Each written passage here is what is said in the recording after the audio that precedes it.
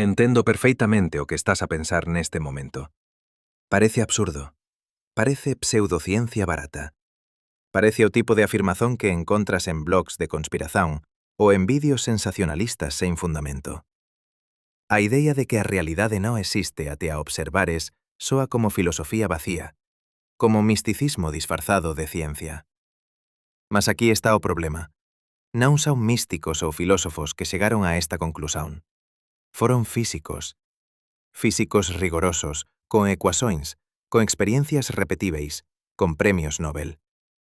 E o que descubriron nas últimas décadas desafía tudo o que pensabas saber sobre a natureza da existencia. Non estamos a falar de interpretacións vagas. Estamos a falar de resultados experimentais que ninguén consegue refutar. Resultados que te obrigan a repensar o que significa existir. Imagina que comprimes toda a historia da física nunha única semana de 7 días. No domingo de mañá, Isaac Newton acorda e formula as leis do movimento. Durante séculos, tudo faz sentido. O universo é unha máquina perfeita, previsível, determinista. Se coñeces a posición e a velocidade de cada partícula, podes prever o futuro con precisión absoluta. A realidade existe independentemente de quen a observa. Unha pedra é unha pedra, esteja alguén a ollar para ela ou non. Esta visión domina até sexta-feira á tarde.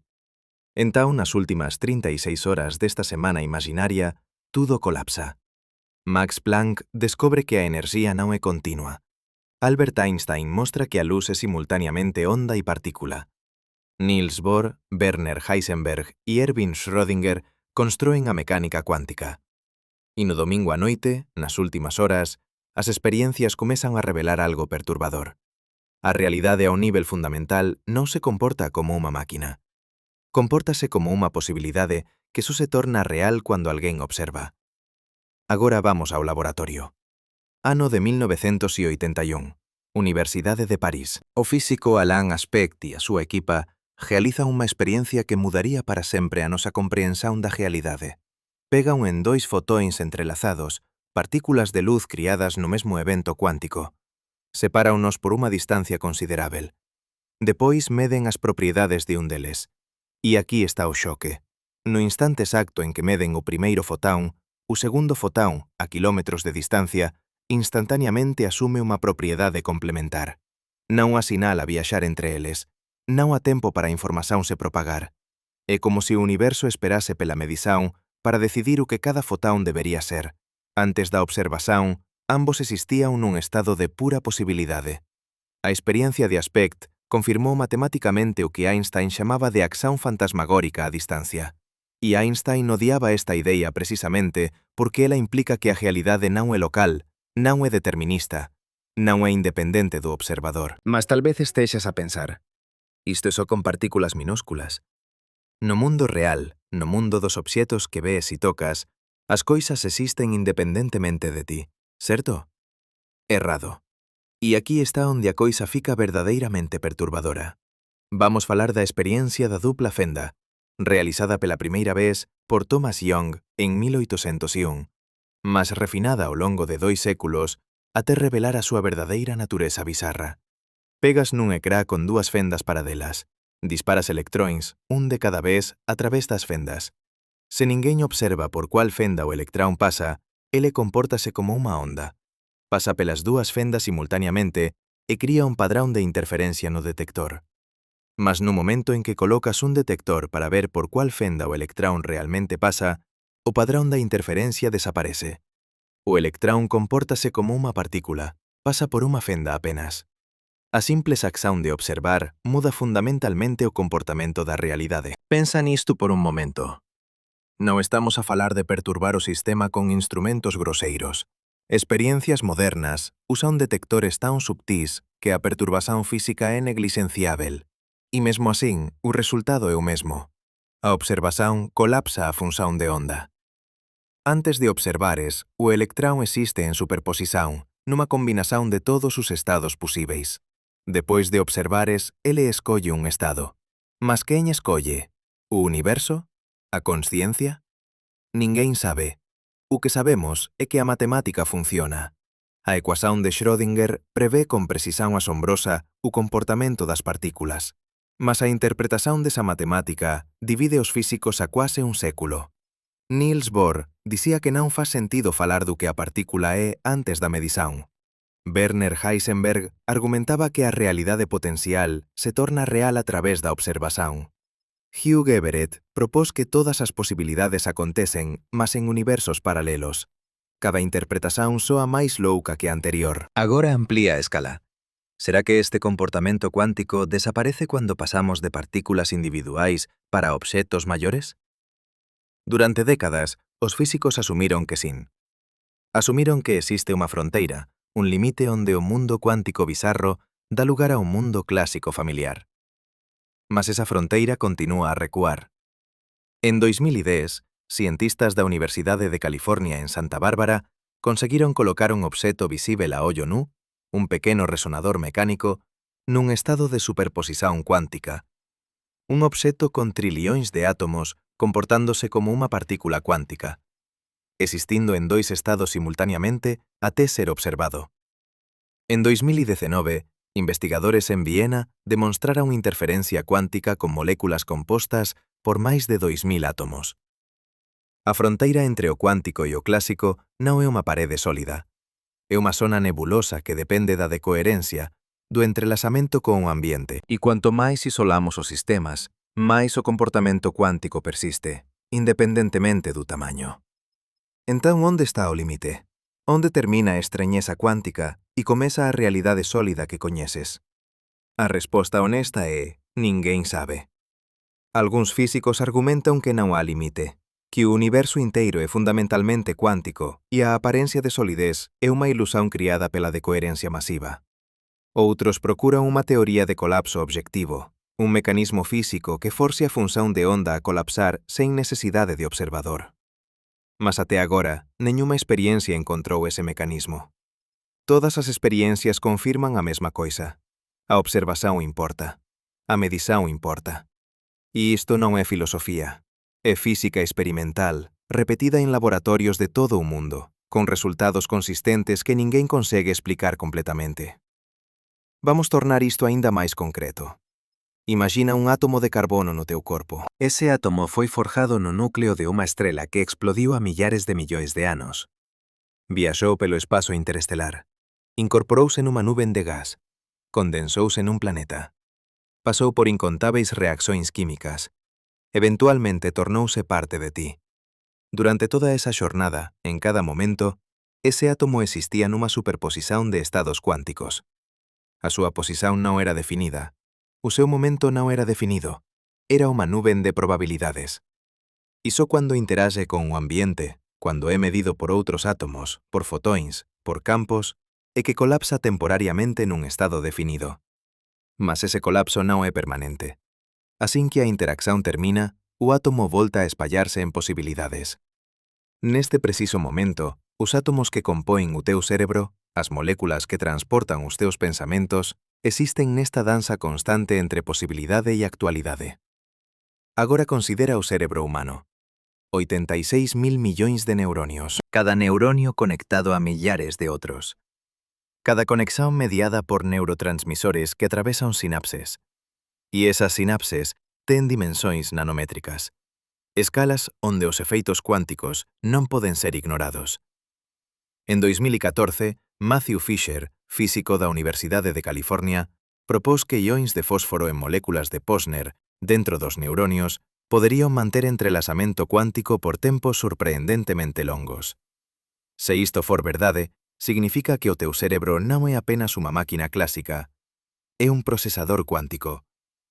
Os teus pensamentos, as túas decisóns, a túa consciencia, poden depender de procesos onde a superposición cuántica desempeña un papel fundamental, onde a realidade das túas experiencias mentais emerxe de posibilidades que colapsan a través de mecanismos que aínda non comprendemos.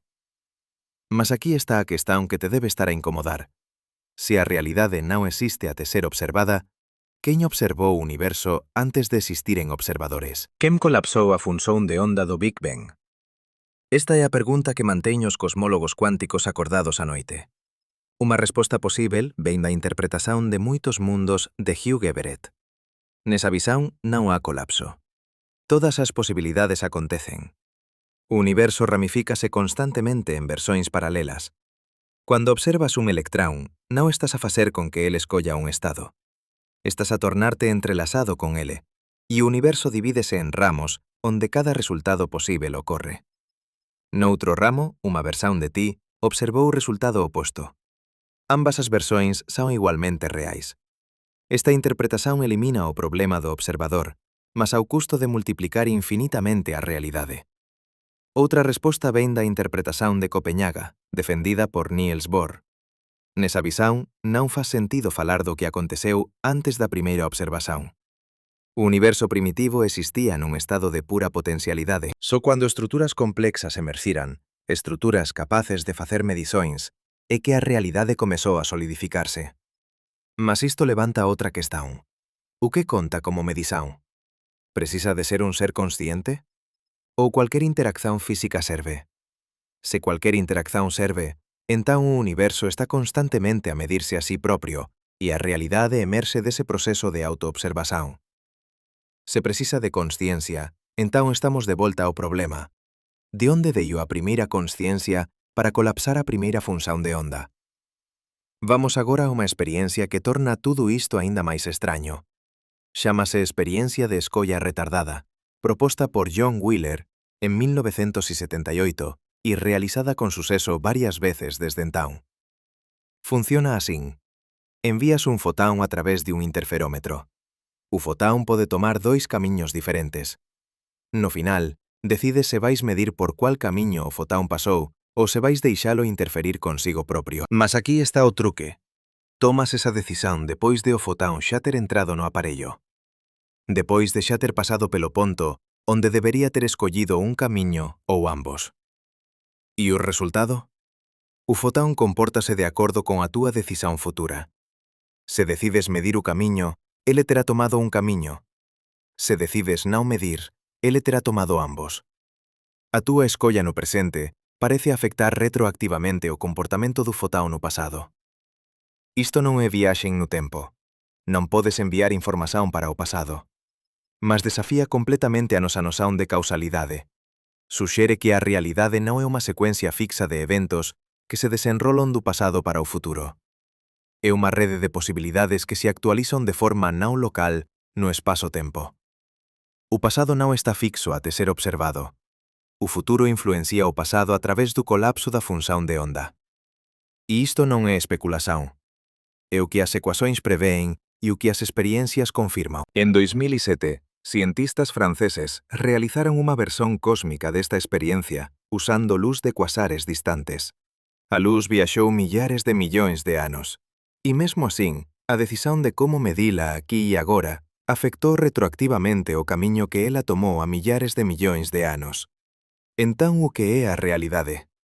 Se non é un conxunto fixo de factos que existen independentemente de observadores, o que é? Unha posibilidade é que a realidade sexa información, non materia, non enerxía, mas información. Esta é a visão defendida por físicos como John Wheeler, que cuñou a frase "it from bit", a idea de que tudo o que existe deriva de respostas a preguntas sin ou non. Cada medición é unha pregunta que o universo responde, e a realidade emerxe do conxunto de todas esas respostas. Nesta visão, o universo é fundamentalmente digital, non analóxico. É feito de bits cuánticos, qubits, que existen en superposición até seren lidos. E a leitura, a observación, é o que transforma a posibilidade en actualidade. Outra posibilidade é que a realidade sexa relacional. Esta é a interpretación defendida por Carlo Rovelli. Nesta visão, as propriedades das partículas não existem em absoluto. O que existe são relações entre sistemas. Um electrão não tem uma posição definida, mas tem uma posição relativa a outro sistema que interage com ele. A realidade não é um conjunto de objetos com propriedades. É uma rede de relações. E essas relações só se tornam definidas quando os sistemas interagem. Antes da interação, não há facto sobre qual é a relação. Depois da interação, há. Mas esse facto é relativo ao sistema que fez a medição. Outro sistema pode ter um facto diferente. E ambos estão corretos dentro das suas perspectivas. Isto soa relativismo extremo. Mas não é. As relações obedecem a regras matemáticas estritas. A mecânica quântica prevê exatamente quais relações são possíveis e com que probabilidades. O que não prevê é qual relação específica vai acontecer numa medição individual. Isso parece ser genuinamente aleatório. E este é outro aspecto perturbador da realidade quântica. A aleatoriedade não é apenas ignorância. Não é que a partícula tenha uma propriedade definida e nós simplesmente não a conhecemos. A partícula genuinamente não tem essa propriedade até ser medida. E quando é medida, o resultado é aleatório de uma forma fundamental, não determinada por nenhuma variável oculta. Isto foi probado matematicamente por John Bell em 1964 e confirmado experimentalmente inúmeras veces desde então. As desigualdades de Bell são talvez o resultado mais profundo do física do século XX. Elas mostram que nenhuma teoría de variáveis ocultas locais pode reproducir as previsões da mecánica cuántica. Ou a realidade é não local, con influencias instantáneas a distancias arbitrarias, ou non é realista, con propiedades que non existen até seren medidas, ou ambas. E as experiencias violan as desigualdades de Bell exactamente como a mecánica cuántica prevé. O universo é non local e non realista. Partículas entrelazadas influencianse instantáneamente. Propiedades non existen antes da medición. Isto non é interpretación, é facto experimental. E obríganos a abandonar a visão de senso común da realidade como un conxunto de obxetos con propiedades definidas existindo nun espazo tridimensional. Agora pensa no que isto significa para ti, para a túa experiencia directa da realidade. Ollas para a túa mão, parece sólida, parece estar ali, independentemente de estares a ollar ou non. Mas a un nivel fundamental, a túa mão é feita de átomos, e eses átomos son feitos de partículas cuánticas. E esas partículas non teñen posicións definidas, son nubens de probabilidade. A solidez que sentes é unha ilusión criada pela repulsión electromagnética entre electróns. A continuidade que percebes é unha ilusión criada pela persistencia da memoria. A realidade que experiencias é unha construción do teu cerebro, baseada en sinais sensoriais que son eles propios procesos cuánticos. Non estás a ver a realidade como ela é. Estás a ver unha interpretación, unha simulación, unha historia que o teu cerebro conta para dar sentido a un fluxo de información cuántica. E aquí está onde a física encontra a filosofía. Se a realidade non existe independentemente da observación, entón o que é a consciencia? É apenas un observador pasivo? Ou desempeña un papel activo na criación da realidade?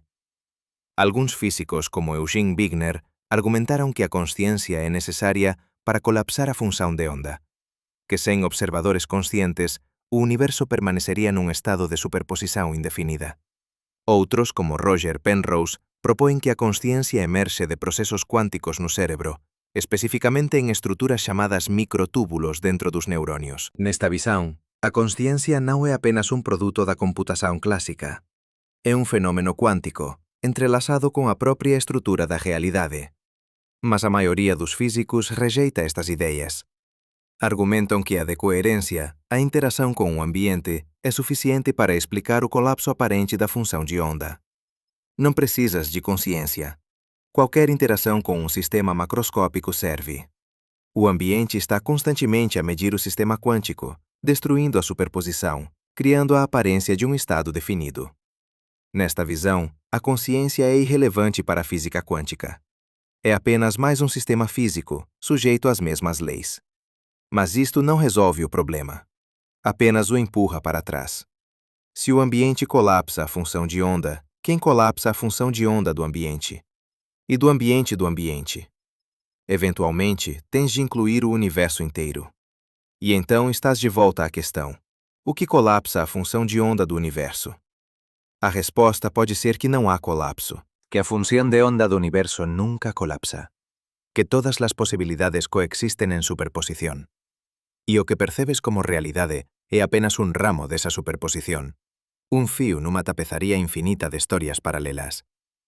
Esta é a interpretación de moitos mundos e é matematicamente a máis simples. Non requer neñún mecanismo de colapso, apenas a ecuación de Schrödinger, evoluindo determinísticamente. Mas o preso é aceitar que existen incontáveis versións de ti en incontáveis universos paralelos, cada uma experimentando un resultado diferente de cada medición cuántica. E esas versións son tan reais cuanto tú. Non podes comunicar con elas, non podes visitalas, mas existen na mesma estrutura matemática que describe o teu universo. Isto parece ficción científica, mas é unha consecuencia directa de levar a mecánica cuántica a serio. Se a función de onda é real, se describe a realidade completa, entón todas as posibilidades que ela contén deben ser reais. A alternativa é dicer que a función de onda non é real, que é apenas unha ferramenta matemática para calcular probabilidades. Mas entón tens de explicar o que é real. E ninguén conseguiu construir unha teoría realista que reproduza todas as previsóns da mecánica cuántica sen introducir nao localidade ou múltiplos universos ou algunha outra característica igualmente bizarra. Cada interpretación ten un custo. Cada unha viola algunha intuición profunda sobre como a realidade debería funcionar. E tal vez sexa ese o ponto. Tal vez as nosas intuições estexan simplesmente erradas. Evoluímos para lidar con obxetos de tamaño medio, movéndose a velocidades medias. Non evoluímos para compreender o comportamento de partículas subatómicas ou a estrutura do espazo-tempo. As nosas intuições son ferramentas úteis para sobreviver na sabana africana. Non son guías confiáveis para a natureza fundamental da realidade. E cando investigamos esa natureza con instrumentos precisos e matemática rigorosa, descobrimos que é profundamente contraintuitiva. Descobrimos que a realidade non é o que parece, que a observación importa, que a localidade é unha ilusión, que o determinismo é unha ilusión, que a propia noción de existencia independente pode ser unha ilusión. Entón, onde que isto nos deixa? Como unha física que funciona perfeitamente para facer previsóns, mas que ninguén compreende completamente, con experiencias que confirman resultados bizarros repetidamente, con interpretacións múltiplas, todas matemáticamente consistentes, todas filosóficamente perturbadoras, e con a certeza crescente de que a realidade, ao nivel máis fundamental, non é feita de coisas, é feita de posibilidades, de relacións, de información, e esas posibilidades só se tornan actuais a través da observación, da medición, da interacción. Antes diso, non há facto sobre o que é real. Há apenas unha función de onda, unha descrición matemática de tudo o que podería ser. E tú, o observador, es parte dese proceso. Non estás fora da realidade a ollar para dentro. Estás entrelazado con ela, cocriando a cada momento a través das túas observacións. Mas se es parte do proceso, se estás entrelazado con a realidade que observas, entón surxe unha pregunta que debería facerte questionar tudo o que acreditas saber sobre ti propio. Onde terminas tú e onde comeza o universo? Esta non é unha cuestión filosófica vacía, é unha cuestión física con implicacións mensuráveis. Porque se a observación cría a realidade e se tú es un observador, entón até que ponto a túa consciencia está literalmente a moldar o mundo a túa volta. E máis perturbador aínda, se deixases de observar, se fexases os ollos e desligases todos os teus sentidos, o que acontecería á realidade? Continuaría a existir? Ou disolverseía nunha néboa de posibilidades non actualizadas? Pensa nisto de forma concreta. Neste preciso momento, estás a ler estas palabras, ou a ouvilas. Os fotóns están a atinxir a túa retina, ou as ondas sonoras están a vibrar no teu tímpano. Eses fotóns, esas ondas, eran posibilidades cuánticas a un instante atrás. Existían en superposición. E só cando interaxiron con os teus ollos, con os teus ouvidos, con os neuronios do teu cérebro, é que colapsaron nun estado definido. A información que estás a procesar agora non existía de forma definida até tú a observares. Foi criada no acto da observación. Agora multiplica isto por cada segundo da túa vida, por cada fotón que algunha vez atinxiu os teus ollos, por cada molécula de ar que algunha vez tocou a túa pele, por cada son que algunha vez chegou aos teus ouvidos. Trillóns e trillóns de eventos cuánticos, cada un existindo en superposición até tú os medires. E a túa experiencia da realidade é construída a partir deses colapsos. Non estás a descubrir un mundo que xa estaba lá. Estás a participar na súa criación continua. Mas aquí está onde a coisa fica verdadeiramente vertixinosa. Se isto é verdade para ti, tamén é verdade para todas as outras persoas, para todos os outros observadores. Cada ser humano, cada animal con sistema nervoso, Cada dispositivo de medición está constantemente a colapsar funcións de onda, a transformar posibilidades en actualidades. E esas actualidades non son necesariamente as mesmas. Dois observadores poden medir o mesmo sistema cuántico e obter resultados diferentes. E ambos os resultados son reais dentro das súas perspectivas. Isto foi demonstrado experimentalmente en 2018 por unha equipa liderada por Massimiliano Proietti na Universidade Heriot-Watt en Edimburgo. Realizaron unha versión da experiencia do amigo de Wigner, proposta originalmente por Eugene Wigner en 1961. Funciona así. Un observador dentro de un laboratorio isolado mede un sistema cuántico e obtén un resultado definido. Mas para un observador fora do laboratorio, que non ten acceso a esa información, o sistema permanece en superposición. O observador externo pode até colocar o laboratorio inteiro, incluindo o observador interno e o sistema medido, nun estado de superposición cuántica. Entón, que está certo? O observador interno, que viu o sistema colapsar, ou o observador externo, que vê tudo en superposición? A resposta da mecânica quântica é ambos. Cada um tem a sua própria realidade. E essas realidades são incompatíveis. Não podem ser reconciliadas numa única descrição objetiva. A realidade é relativa ao observador. Não há uma versão privilegiada, uma perspectiva de olho de Deus que vê como as coisas realmente são. Há apenas perspectivas múltiplas, cada uma igualmente válida dentro do seu contexto. Isto destrói completamente a noção de objetividade. Sempre assumimos que a ciência procura a verdade objetiva, factos sobre o mundo que são verdadeiros independentemente de quem os observa. Mas a mecânica quântica diz-nos que não há tais factos ao nível fundamental. Há apenas factos relativos a observadores, e diferentes observadores podem ter factos diferentes sobre o mesmo sistema. Não porque um esteja errado, mas porque a realidade genuinamente depende da perspectiva. Agora vamos ampliar a escala novamente. Comezamos con partículas individuais, depois moléculas, depois objetos macroscópicos.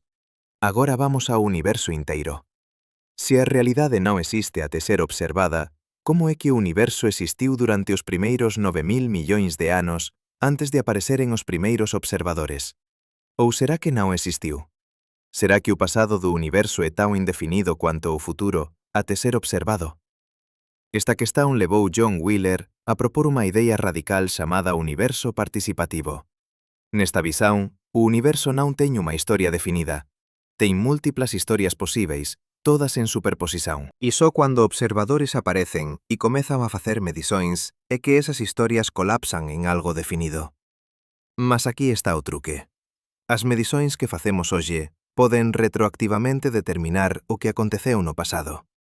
Non estamos apenas a descobrir a historia do universo, estamos a criala a través das nosas observações. Isto soa absurdo, mas é exactamente o que a experiencia de escolla retardada demonstra. A túa decisión no presente afecta retroactivamente o comportamento de un fotón no pasado. E se iso funciona para fotóns individuais, por que non funcionaría para o universo inteiro? Cuando observas a radiación cósmica de fundo, estás a medir fotóns que foron emitidos 380.000 anos após o Big Bang. Eses fotóns viaxaron durante 13.000 millóns e 800 millóns de anos. E só agora, cando os detectas, é que a súa historia se torna definida. Antes da túa observación, eles existían en superposición de todos os camiños posíveis a través do espazo-tempo. E isto non é apenas verdade para os fotóns. É verdade para tudo o que observas sobre o universo primitivo. Cuando medes a abundancia de elementos leves criados na nucleosíntese primordial, estás a colapsar a función de onda do universo 3 minutos após o Big Bang. Cuando medes as flutuações de densidade que deran orixen ás galaxias, estás a colapsar a función de onda do universo 380.000 anos após o Big Bang. O pasado do universo non é fixo. É unha superposición de historias posíveis que se actualizan a través das túas observações. Mas espera, se o pasado non é fixo, entón como é que diferentes observadores concordan sobre a historia? Como é que todos os astrónomos meden a mesma idade do universo, a mesma temperatura da radiación cósmica de fundo, a mesma abundancia de hidroxenio e helio? A resposta é de coherencia. Cuando un sistema cuántico interaxe con un ambiente grande, as diferentes posibilidades en superposición tórnanse correlacionadas con estados diferentes do ambiente. E esas correlacións destroen a interferencia cuántica, criando a aparencia de un resultado clásico definido. No caso do universo primitivo, o ambiente é o propio universo. Cada fotón, cada partícula, está constantemente a interagir con todas as outras. E esas interaccións crían unha rede masiva de correlacións que efectivamente selecciona unha historia clásica a partir da superposición cuántica. Diferentes observadores concordan sobre esa historia, porque todos están entrelazados con o mesmo ambiente, con a mesma rede de correlacións. Mas iso non significa que a historia sexa obxectivamente real. Significa apenas que é intersubxectivamente consistente. Pensa na diferenza. Obxectivamente real significa que existe independentemente de observadores. Intersubjetivamente consistente significa que diferentes observadores concordan porque están todos entrelazados con o mesmo sistema. A primeira é a visão clásica da realidade. A segunda é a visão cuántica. E a física experimental apoia a segunda. A realidade non é obxectiva. É intersubjetiva. Emerxe do entrelazamento entre observadores e o mundo que observan. Agora considera o que isto significa para a túa vida cotidiana. Cuando ollas para unha árbore, pensas que estás a ver algo que existe independentemente de ti. Mas ao nivel cuántico, os fotóns que atinxen os teus ollos estaban en superposición até seren absorbidos pela túa retina. A imaxen da árbore no teu cérebro é construída a partir de colapsos de funcións de onda. E eses colapsos dependen da túa observación. Outro observador, con ollos diferentes, con un cérebro diferente, colapsaría as funcións de onda de forma lixeiramente diferente. Vería unha árbore lixeiramente diferente. As diferenzas son minúsculas, claro. A decoherencia garante que observadores macroscópicos concordan sobre características macroscópicas. Mas ao nivel de detalle fino, ao nivel de fotóns individuais, de moléculas individuais, há variación. E esa variación é genuína. Non é apenas ruído ou ejo de medición. É unha consecuencia fundamental da natureza cuántica da realidade. Non há unha árbore verdadeira que todos están a ver. Há unha rede de correlacións entre observadores e fotóns e moléculas que cría a aparencia de unha árbore partillada. Isto pode parecer unha distinción sen diferenza. Afinal, se todos concordan que a árbore está ali, qual é a diferenza entre dizer que ela existe obxectivamente e dizer que é unha correlación intersubxectiva? A diferenza aparece cando considera situacións onde a decoherencia é fraca, onde os efeitos cuánticos persisten. E esas situacións están a tornarse cada vez máis comúns a medida que a tecnoloxía avanza. En 2016, a China lanzou o satélite Micius, proxetado para realizar experiencias de entrelazamento cuántico a distancias sen precedentes. Conseguiron entrelazar fotóns separados por máis de 1.200 kilómetros e demonstraron que o entrelazamento persiste, que as correlacións cuánticas non locais funcionan mesmo a esa escala. Isto abre a porta para comunicación cuántica, para criptografía cuántica, para tecnoloxías que dependen fundamentalmente da natureza non local e non realista da realidade. E a medida que esas tecnoloxías se desenvolven, vamos a encontrar cada vez máis situacións onde a visão clásica da realidade simplesmente non funciona. Onde temos de aceitar que a información pode ser transmitida de formas que violan a localidade. Onde temos de aceitar que partículas non teñen propiedades definidas até seren medidas. Onde temos de aceitar que a realidade é fundamentalmente diferente do que parece. Mas talvez a implicación máis profunda non sexa tecnolóxica, sella filosófica. Se a realidade depende da observación, entón, o que é a consciencia? Durante séculos, filósofos debateron a relación entre mente e materia. Dualistas como Descartes argumentaban que son substancias separadas. Materialistas argumentaban que a mente é apenas materia organizada de forma complexa. Mas a mecánica cuántica suxere unha terceira posibilidade, que mente e materia non son separadas nen idénticas, mas entrelazadas. A consciencia non é apenas un observador pasivo da realidade. É un participante activo. Cada acto de observación colapsa unha función de onda, transforma a posibilidade en actualidade.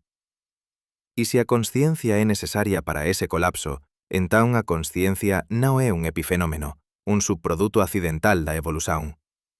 É unha característica fundamental do universo, tan esencial cuanto a masa o a carga eléctrica. Esta é a visão defendida por físicos como Henry Stapp e Amit Goswami. Argumentan que a mecánica cuántica requer consciencia para funcionar, que sen observadores conscientes o universo permanecería nunha superposición indefinida. Que a consciencia é o que colapsa a función de onda, o que torna a realidade real. Mas esta visão é controversa. A maioría dos físicos rexeita, argumentando que a de coherencia é suficiente, que non precisas de consciencia, que cualquier interacción física serve. Mas mesmo que a consciencia non sexa necesaria para o colapso, ela aínda desempeña un papel único. Porque a consciencia é o que experiencia a realidade. É o que transforma correlacións físicas en experiencia subxectiva. E esa transformación é profundamente misteriosa. Como é que padróns de actividade neuronal se torna unha experiencia de ver vermello, de sentir dor, de pensar un pensamento? Este é o problema difícil da consciencia, formulado por David Chalmers. E a mecánica cuántica pode ofrecer pistas. Se o cérebro é un sistema cuántico, se os procesos neuronais envolven superposición e entrelazamento, entón a consciencia pode ser un fenómeno cuántico. Pode emerxir do colapso de funcións de onda no cérebro. Pode ser a experiencia subxectiva de posibilidades a tornárense actuais. Esta é a teoría da consciencia cuántica proposta por Roger Penrose e Stuart Hameroff.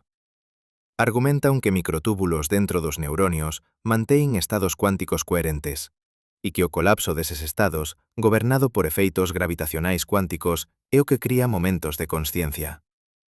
A teoría é especulativa. Non há evidencia experimental sólida, mas é testável. E se for verdadeira, significa que a consciencia non é apenas computación clásica, é un proceso cuántico entrelazado con a estrutura fundamental da realidade. Significa que cuando pensas, cuando decides, cuando experiencias, estás a participar no mesmo proceso que cría a realidade a un nivel cuántico. Estás a colapsar funcións de onda. Estás a transformar posibilidades en actualidades. Estás a co-criar o universo. Agora vamos aínda máis fundo. Se a realidade emerxe da observación e se a consciencia é un tipo especial de observación, entón o que acontece cando non há observadores? Imagina o universo antes do Big Bang. Ou mellor, imagina o que quer que teña existido antes do Big Bang, se é que faz sentido falar de antes, cando o propio tempo comezou con o Big Bang. Non había observadores, non había consciencia, non había nada para colapsar funcións de onda. Entón o que había? Unha posibilidade que non había nada, literalmente nada, nen espazo, nen tempo, nen materia, nen enerxía, apenas pura potencialidade. Unha función de onda descrevendo todas as posibilidades para un universo. E esa función de onda existía nun estado de superposición, sen nenhuma actualidade. Entón algo aconteceu. Tal vez unha flutuación cuántica, tal vez un colapso espontáneo, e unha das posibilidades tornouse actual. O universo comezou a existir. Mas quen ou que colapsou a función de onda? Se non había observadores, como é que a posibilidade se tornou actualidade? Unha resposta é que o universo observouse a sí propio. Que a primeira partícula a existir mediuse a sí propia, colapsou a súa propia función de onda e desencadeou unha cascata de colapsos que criou o espazo, o tempo, a materia, a enerxía. Esta é a idea de automedición, de bootstrap cuántico. O universo púxase a sí propio para a existencia a través de un proceso de autoobservación. Outra resposta vén da interpretación de moitos mundos. Nesa visão non houve colapso. A función de onda do universo nunca colapsou. Todas as posibilidades aconteceron. O Big Bang aconteceu de infinitas maneiras diferentes, criando infinitos universos paralelos. E tú estás nun deses universos, experimentando unha das infinitas historias posíveis. As outras historias son igualmente reais, mas inaccesíveis. Existen en ramos diferentes da función de onda universal. Esta interpretación elimina o problema do primeiro observador. Non precisas de ninguén para colapsar a función de onda, porque non há colapso. Apenas ramificación continua. Mas o preso é aceitar unha ontoloxía extravagante. Infinitos universos, infinitas versións de ti, todas igualmente reais. E nenhuma forma de verificar se é verdade, porque non podes comunicar con os outros ramos. Unha terceira resposta é que o tempo non é fundamental, que o universo non comezou nun momento específico, que o Big Bang é apenas unha característica da nosa perspectiva temporal, que numa descrición máis fundamental, atemporal, o universo simplesmente é. Todas as súas historias posíveis coexisten nunha estrutura matemática eterna. E o que percebes como o fluxo do tempo, como a secuencia de eventos do pasado para o futuro, é unha ilusión criada pela forma como a túa consciencia navega a través desa estrutura. Esta é a visão defendida por físicos como Julian Barbour. Argumenta que o tempo é unha ilusión emerxente, que a realidade fundamental é atemporal, que consiste en configuracións posíveis do universo, chamadas naus, e que a nosa experiencia de tempo emerxe da forma como eses naus están correlacionados. Non há un fluxo obxectivo do tempo. Há apenas unha paisaxen de posibilidades, e a consciencia experiencia un camiño a través desa paisaxen. Se isto for verdade, entón o pasado e o futuro son igualmente reais, ou igualmente irreais. Non há un momento privilexiado chamado agora, há apenas unha estrutura atemporal de correlações. E a túa experiencia de estar neste momento, de ler estas palabras agora, é apenas unha perspectiva dentro desa estrutura. Outras versões de ti experiencian outros momentos, e todas son igualmente reais. Isto destroi completamente a nosa noción de causalidade. Sempre asumimos que o pasado causa o futuro, que os eventos se desenrolan nunha secuencia temporal. Mas se o tempo é unha ilusión, entón a causalidade tamén é. Non há unha dirección obxectiva de causa para efeito. Há apenas correlações entre diferentes configurações do universo. E a nosa percepción de causalidade emerxe da forma como esas correlações están estruturadas. Mas mesmo que o tempo sexa fundamental, mesmo que o universo teña realmente comezado con o Big Bang, aínda enfrentamos o problema da observación. Porque se a realidade non existe até ser observada, entón o universo primitivo non existía de forma definida. Existía en superposición. E só cando observadores apareceron e comezaron a facer medições é que a historia do universo se tornou definida. Mas iso significa que a historia que observamos pode non ser a única historia posível. Pode ser apenas unha das moitas historias que colapsaron a partir da superposición. E aquí está onde a coisa fica verdadeiramente extraña. Se diferentes observadores poden colapsar diferentes historias, entón pode haber múltiplas versões do pasado, todas igualmente reais, todas igualmente válidas. Non no sentido de interpretacións históricas diferentes, mas no sentido de historias físicas diferentes. Eventos diferentes que realmente aconteceron en ramos diferentes da función de onda. E non a forma de dicer cual é a historia verdadeira, porque todas son verdadeiras dentro das súas perspectivas. Isto pode parecer pura especulación filosófica, mas ten consecuencias testáveis. Se o pasado está en superposición até ser observado, entón debería ser posible, en principio, observar interferencia entre diferentes historias. Debería ser posible criar situacións onde o pasado se comporta como unha onda, onde múltiplas historias interferen entre sí. E de facto isto é exactamente o que a experiencia de escolla retardada demonstra. O fotón interfere consigo propio, como se tivese tomado ambos os camiños no pasado. Múltiplas historias coexisten en superposición até a medición forzar unha escolla. Agora aplica isto ao universo inteiro. Se o universo é un sistema cuántico, e se a súa historia está en superposición até ser observada, entón debería ser posible, en principio, observar interferencia entre diferentes historias cósmicas. Claro que na práctica isto é imposible. O universo é demasiado grande, demasiado complexo, demasiado entrelazado con o ambiente. A decoherencia destrói a interferencia quase instantaneamente, mas en principio, a posibilidade existe. E iso significa que a historia do universo non é un facto fixo. É unha superposición de posibilidades que colapsa a través da observación. Entón, o que é real? Se o pasado non é fixo, se o futuro non é determinado, se a própria noção de existência depende da observação, então o que resta? A resposta pode ser informação. Não matéria, não energia, mas informação. Padrões, correlações, relações. E esses padrões não existem num substrato físico independente. Existem apenas enquanto são observados, enquanto são medidos, enquanto são processados por sistemas conscientes ou inconscientes. Esta é a visão defendida por físicos como John Wheeler e Anton Zeilinger. Argumentam que a realidade é fundamentalmente informacional, que o universo não é feito de coisas, mas de bits de informação, e que esses bits só se tornam definidos quando são lidos, quando são observados. Antes da observação, não há facto sobre qual é o bit. Há apenas uma probabilidade. E a observação transforma probabilidade em actualidade, possibilidade em informação definida. Se isto for verdade, então o universo é uma espécie de computador quântico gigante. Cada partícula é um qubit, existindo em superposição de 0 e 1. Cada interação é uma operação quântica, entrelaçando qubits, criando correlações. E a realidade que experienciamos emerge do processamento dessa informação quântica.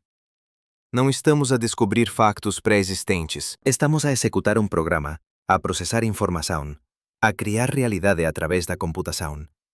Mas quen escreveu o programa? Quen definiu as regras da mecánica cuántica, as leis da física que gobernan como a información é procesada?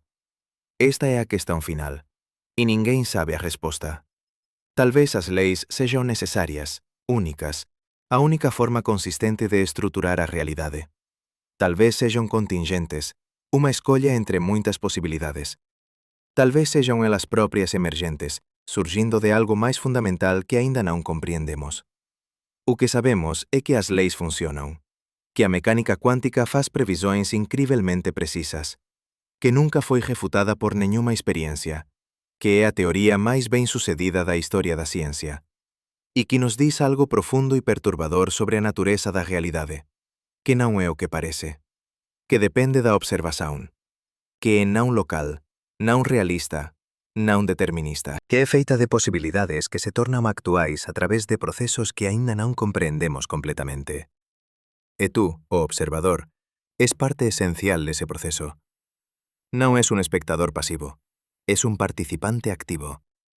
Cada vez que observas, cada vez que medes, cada vez que interages co mundo, estás a colapsar funcións de onda, a transformar posibilidades en actualidades, a co-criar a realidade. E iso non é metáfora, é física. É o que as ecuacións dicen, é o que as experiencias confirman. Entón, da próxima vez que ollares para o céu nocturno, para as estrelas a brillar a anos luz de distancia, lémbrate. Os fotóns que estás a ver estaban en superposición até atinxiren os teus ollos. A luz que estás a observar non existía de forma definida até tú a observares. E de certa forma, as estrelas que estás a ver non existían de forma definida até tú as veres. Porque a realidade, ao nivel máis fundamental, non existe até ser observada. E tú, neste momento, estás a observala. Estás a criala. Estás a tornala real. Mas espera, se tú estás a criar a realidade a través da observación, entón o que acontece cando non estás a observar? O teu cuarto deixa de existir cando fechas a porta. A lúa desaparece cando ninguén está a ollar. Einstein fez esta pregunta de forma sarcástica, tentando ridicularizar a mecánica cuántica. Mas a resposta non é tan simples quanto ele pensaba. O teu cuarto non desaparece, mas non existe da forma como imaginas. Cando non estás a observar, o cuarto existe nunha superposición de todos os estados posíveis. As moléculas de ar están en todas as posicións posíveis simultaneamente. Os fotóns están a viaxar por todos os camiños posíveis. Os átomos nas paredes están a vibrar en todas as frecuencias posíveis. É unha nuben de probabilidade, non un conjunto de factos definidos. E aquí está o truque. O ambiente está constantemente a medir o cuarto. O ar está a colidir con as paredes. A radiación térmica está a interagir con os objetos. A gravidade está a puxar cada átomo. Estas interaccións son medições e destroen a superposición quase instantaneamente. O proceso chámase de coherencia e acontece tan rapidamente para obxetos macroscópicos que nunca observamos a superposición directamente. Mas iso non significa que a superposición non existe. Significa apenas que é destruída antes de podermos vela. E se pudésemos isolar un obxeto completamente do ambiente, se pudésemos protexelo de todas as interaccións, entón ese obxeto permanecería en superposición indefinidamente. E de facto, os físicos conseguen facer isto con partículas individuais, con átomos, até con pequenas moléculas. Conseguen mantelas en superposición durante segundos, minutos, até horas.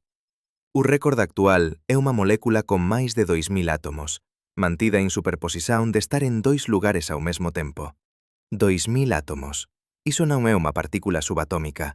É un objeto quase visível. E estaba literalmente en 2 lugares ao mesmo tempo, até ser medido. Entón, onde está a fronteira? Onde é que a mecánica cuántica para e a física clásica comeza? A resposta honesta é: non sabemos. Non há uma fronteira clara. Há apenas uma transição gradual, determinada pela rapidez com que a decoerência destrói a superposição. E essa rapidez depende do tamanho do objeto, da sua temperatura, do quão bem está isolado do ambiente. Em princípio, não há limite. Em princípio, poderias colocar um gato em superposição de estar vivo e morto. Poderias colocar uma pessoa em superposição de estar em 2 lugares ao mesmo tempo. Poderias colocar o planeta Terra em superposição de estar em 2 órbitas diferentes. A mecânica quântica não proíbe isto. As equações aplicam-se a sistemas de qualquer tamanho. O problema é prático, não teórico. Quanto maior o objeto, mais difícil é isolá-lo do ambiente. E sem isolamento perfeito, a decoerência destrói a superposição antes de poderes observá-la. Mas isto levanta uma questão profunda. Se a decoherencia é apenas interacción con o ambiente e se o ambiente é apenas outro sistema cuántico, entón o que realmente acontece? A resposta depende da interpretación que escolles. Na interpretación de Copenhaga, a decoherencia causa un colapso efectivo.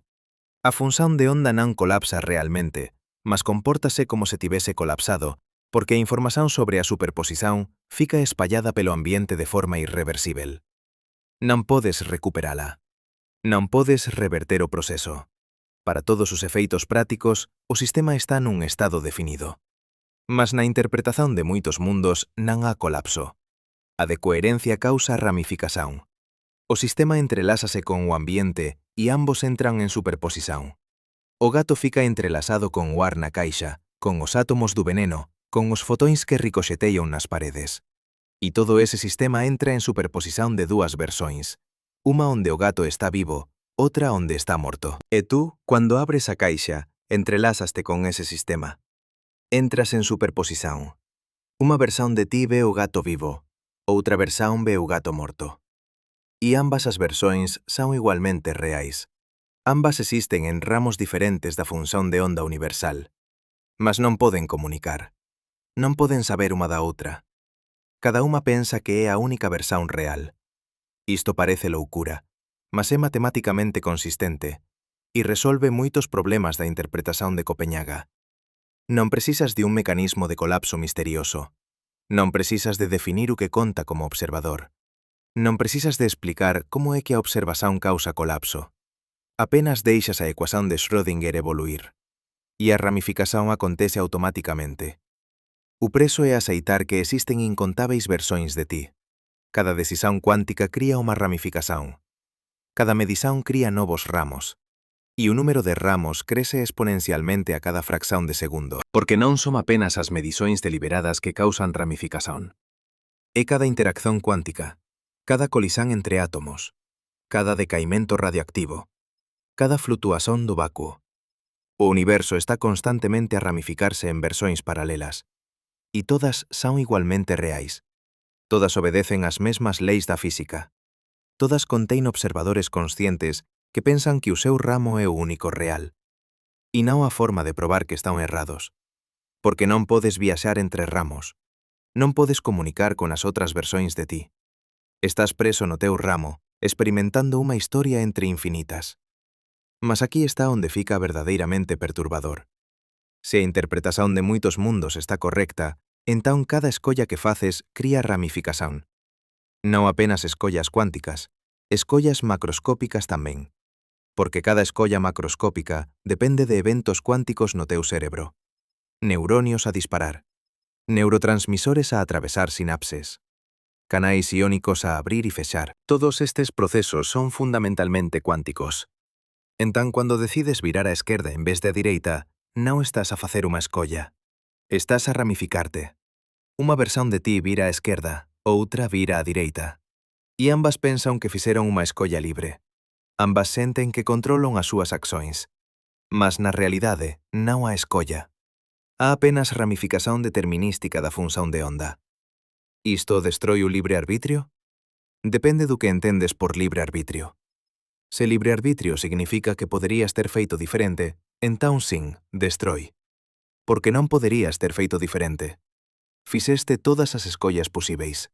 Apenas non tens acceso ás versóns de ti que fixeron escollas diferentes. Estás preso nunha perspectiva, nun ramo, experimentando unha historia entre moitas. Mas se libre-arbitrio significa que as túas decisóns non son determinadas por factores externos, que emerxen dos teus propios procesos mentais, entón talvez non destrúa. Porque as túas decisóns aínda emerxen do teu cerebro. Aínda son túas. Apenas acontece que todas as decisóns posíveis acontecen en ramos diferentes. E aquí está a ironía. A interpretación de moitos mundos é completamente determinística. A función de onda evolui de acordo con a ecuación de Schrödinger, que é determinística. Non há aleatoriedade. Non há colapso. Non há escolla. Tudo o que pode acontecer, acontece. E, no entanto, de dentro de cada ramo, parece que há aleatoriedade. Parece que há escolla. Parece que o futuro está aberto. Porque non tens acceso aos outros ramos. Non sabes que versón de ti vais experienciar. Do teu ponto de vista subjetivo, o resultado de cada medición cuántica é aleatorio. Non podes prever cuál ramo vai seguir. Só podes calcular probabilidades. E esas probabilidades corresponden exactamente ás previsóns da mecánica cuántica. Entón a interpretación de moitos mundos reproduz todas as previsóns da mecánica cuántica sen introducir colapso, sen introducir aleatoriedade fundamental, sen introducir nada alén da ecuación de Schrödinger. É elegante, é simples, é matematicamente limpa, e é completamente insana do ponto de vista do senso común. Mas tal vez o senso común estexa simplesmente errado. Tal vez a realidade sexa realmente asín. Tal vez existan incontáveis versóns de ti, en incontáveis universos paralelos, todas igualmente reais, todas experimentando historias diferentes. E tal vez a versón de ti que está a ler estas palabras agora sexa apenas uma entre infinitas. Agora considera o que isto significa para a identidade pessoal. Quen és tú? Esa versón de ti neste ramo? Ou es todas as versóns en todos os ramos? Se há unha versón de ti que virou á esquerda e outra que virou á direita, cual é a verdadeira? Ambas partillan a mesma historia até ao ponto de ramificación. Ambas teñen as mesmas memorias. Ambas pensan que son tú. E depois da ramificación, ambas continúan a evoluir, a acumular novas experiencias, a formar novas memorias, e gradualmente tórnanse diferentes. Unha versión pode ter suceso, outra pode fallar. Unha pode ser feliz, outra pode ser miserável. E ambas son igualmente tú. Ou nenhuma é, dependendo de como defines identidade. Isto destrói a noción de un eu único e continuo.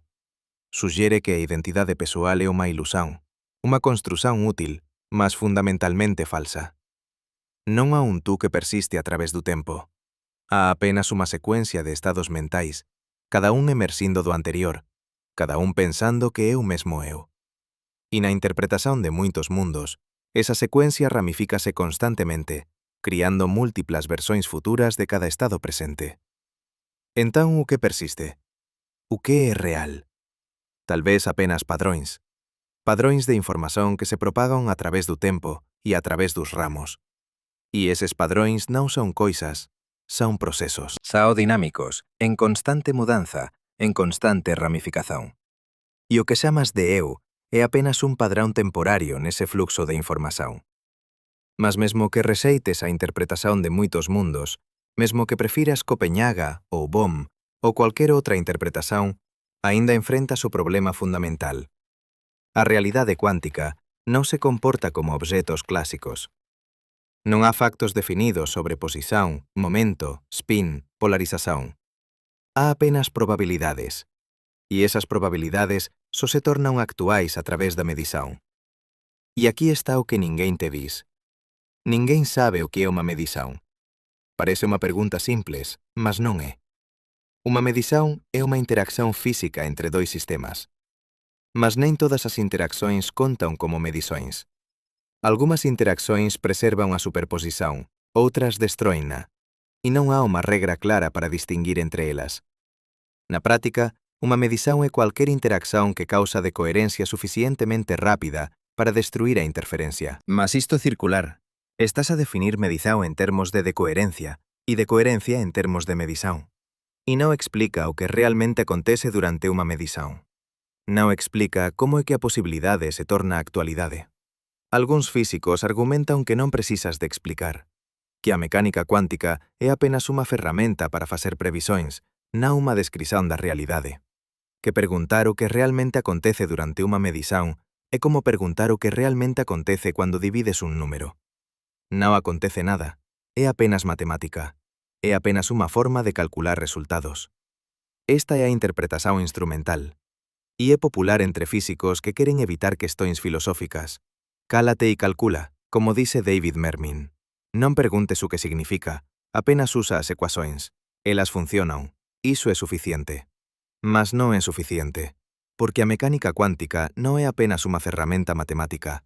Faz afirmações sobre a realidade. Diz que partículas poden estar en dois lugares ao mesmo tempo.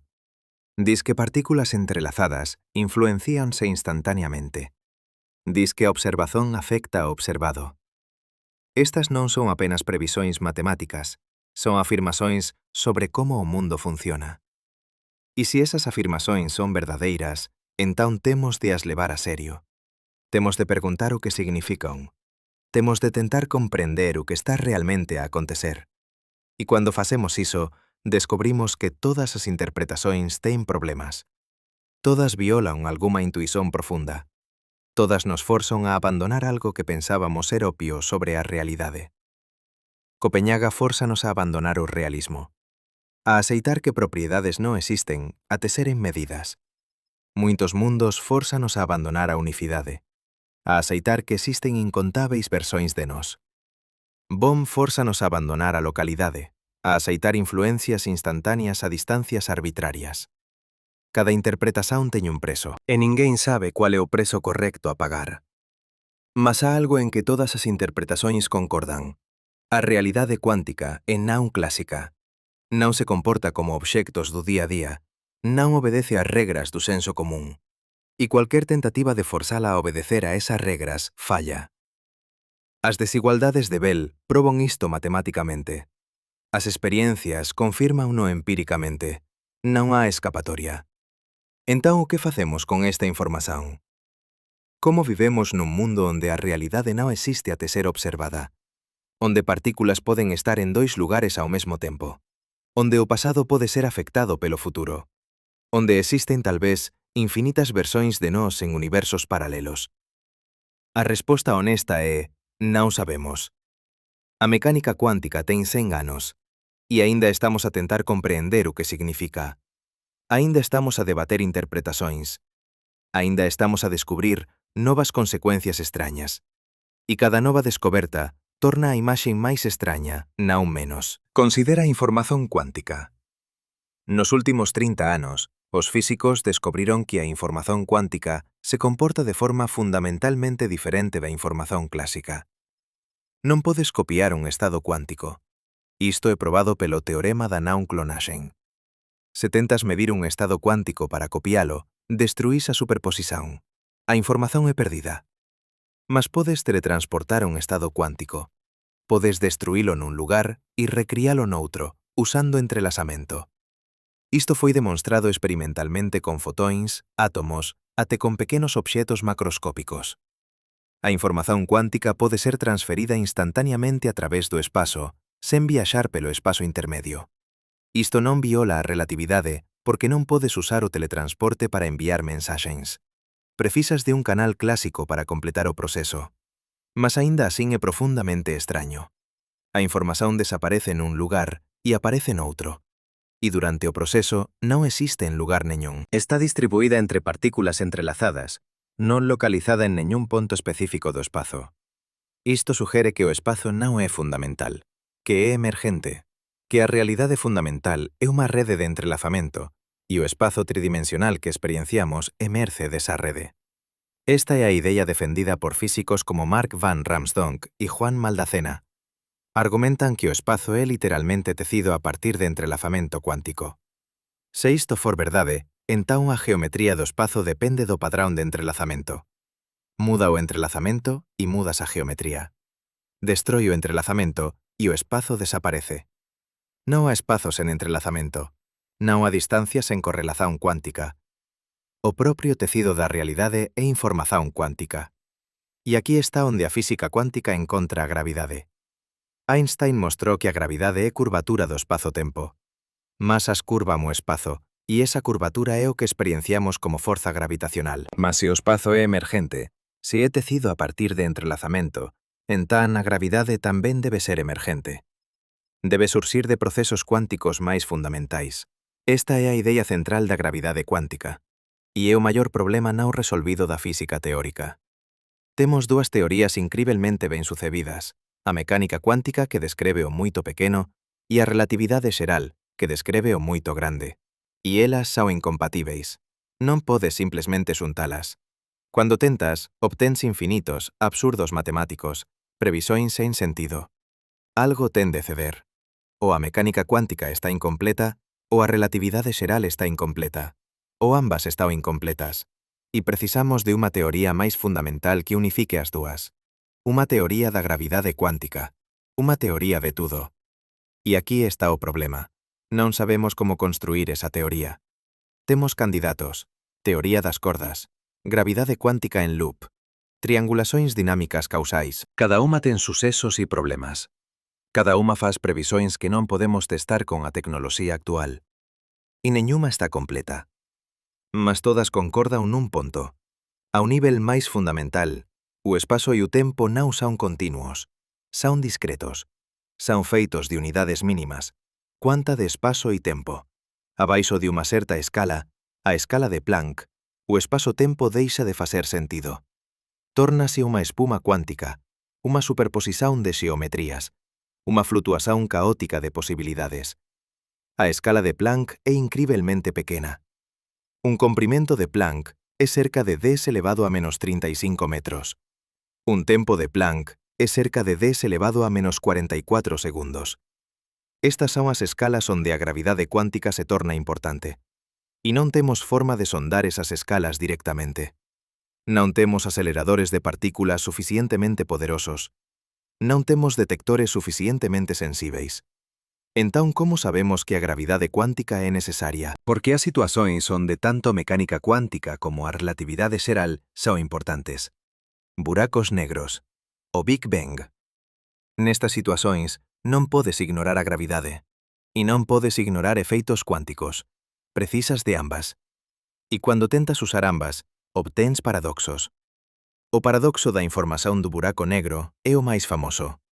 Stephen Hawking mostrou que buracos negros emiten radiación cuántica e eventualmente evaporan. Mas a radiación de Hawking é térmica, aleatoria. Non contén información sobre o que caíu no buraco negro.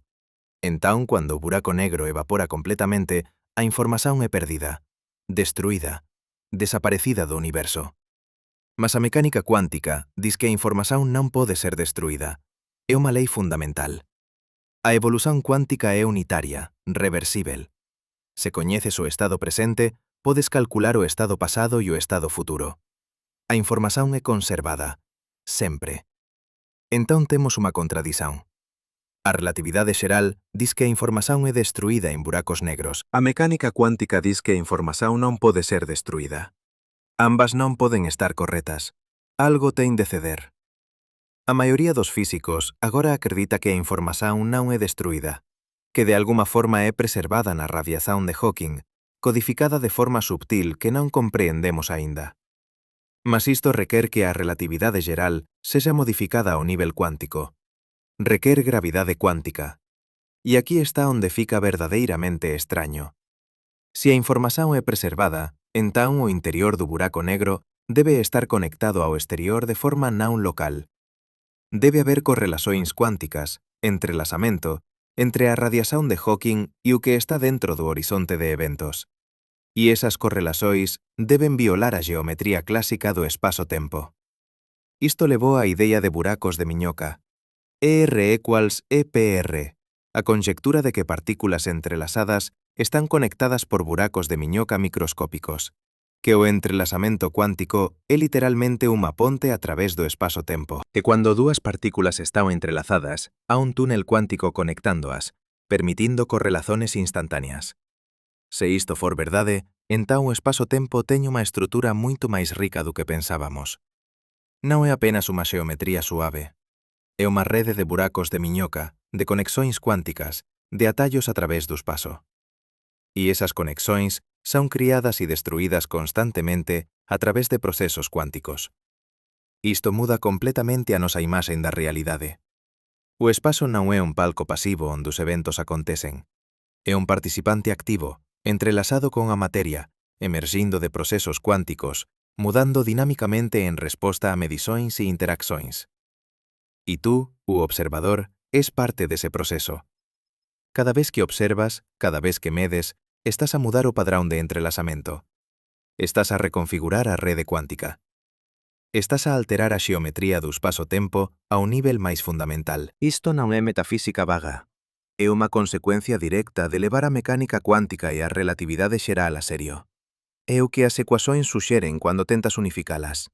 E embora non teñamos unha teoría completa aínda, temos pistas suficientes para saber que a realidade é moito máis extraña do que algunha vez imaginamos.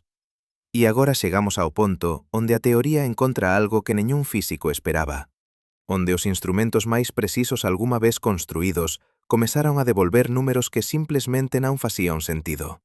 Números que forzaran unha xeración inteira de cientistas a admitir: estábamos errados sobre algo fundamental. En 2015, o detector LIGO captou algo imposíbel. Dúas ondas gravitacionais chegaron á Terra con unha diferenza de 7 milisegundos. 7 milisegundos. Isto debería ser irrelevante. Mas cuando os físicos analizaran os dados, descubriran algo perturbador. As ondas tiñan viaxado 1.300 millóns de anos-luz, e durante esa viaxen tiñan pasado a través de rexións do espazo con densidades de materia completamente diferentes. Galaxias, vacíos cósmicos, aglomerados masivos. Segundo a relatividade xeral clásica, isto debería ter afectado a velocidade das ondas de forma mensurável. Debería ter criado unha diferenza temporal moito maior que 7 milisegundos. Mas non criou. As ondas chegaron quase simultaneamente, como se o espazo entre nós e a fonte fose perfeitamente homoxéneo, como se a xeometría do espazo-tempo non fose afectada pela materia da forma que pensábamos.